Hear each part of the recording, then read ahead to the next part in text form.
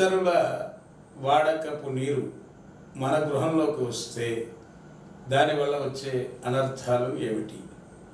చాలామంది పాపం పల్లెటూరుల్లో ఒకరు ఎత్తుగా కట్టుకోవటం, రెండో వాడు డౌన్గా కట్టుకోవటం, దీనివల్ల పక్క గృహంలో నుంచి నీళ్ళు వచ్చేస్తూ ఉంటాయి.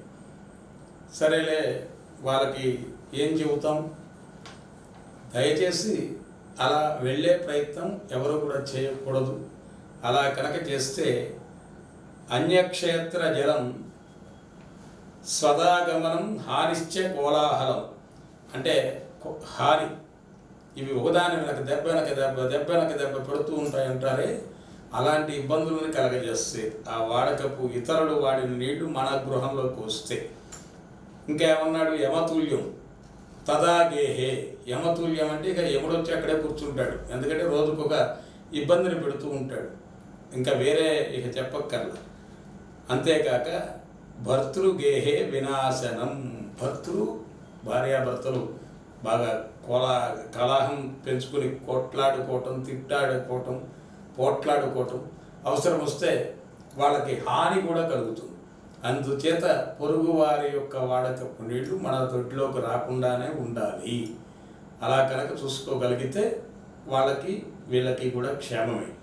కొంతమంది అయితే అయిందిలే, వాడి మీద నాకు కసి ఉంది, ఇవాళ పంపించేస్తున్నానని చాలా ఆనందపడిపోతాడు పక్కవాడు ఏడుస్తూ ఉంటే. ఇవన్నీ రేపొద్దున వీడికి తగిలే పాపాలు.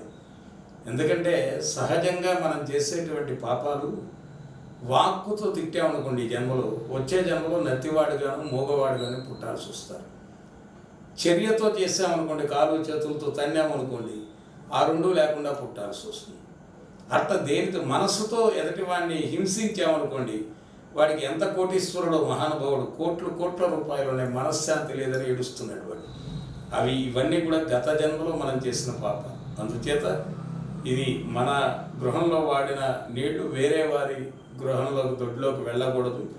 అట్లా వెళుతూ ఉంటే వాళ్ళు అనర్థాలు పొందుతారు, చాలా ఇబ్బందులు పడతారు. ఆ ఇబ్బందులన్నీ ఈ జన్మలో తగలకపోయినా ఈనాటి కర్మ ఈనాడే, ఇవాళ చేసుకున్న కర్మ వెంటనే మరుసటి రోజు అనుభవించి తీరాలి. ఇదంతా కూడా మన భారతీయ శాస్త్రం చెప్పినదే కాదు, జరుగుతూ ఉన్నటువంటి విషయం కూడా ఇది.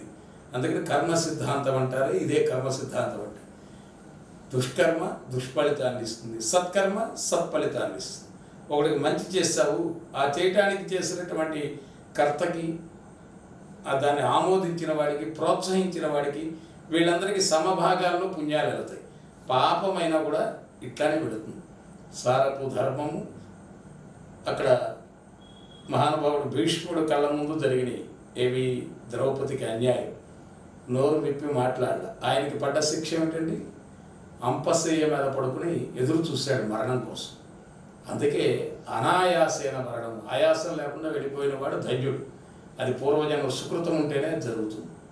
వినాధైన్యమైన జీవితం, ఒకడి మీద ఆధారపడకుండా, దేహాంతే తపసాయిత్యం, ఈ శరీరాన్ని విడిచాక కూడా పరమాత్మలో మనం ఐక్యం అవ్వాలి అంటే మంచి పనులు చేయాలి. ఆ మంచి పనులు చేయటంలో మనం మంచి చేయకపోయినా చెడు చేయకుండా ఉండాలి. ఈ చెడు చేసే ప్రయత్నాలే మన గృహంలో వాడిన నీళ్లు పక్కవాడి గృహంలోకి వెళితే వాడికి చాలా అనర్థాలు, అది జాగ్రత్తగా చూసుకుంటారు అని తెలియపరుస్తూ ఉన్నాం.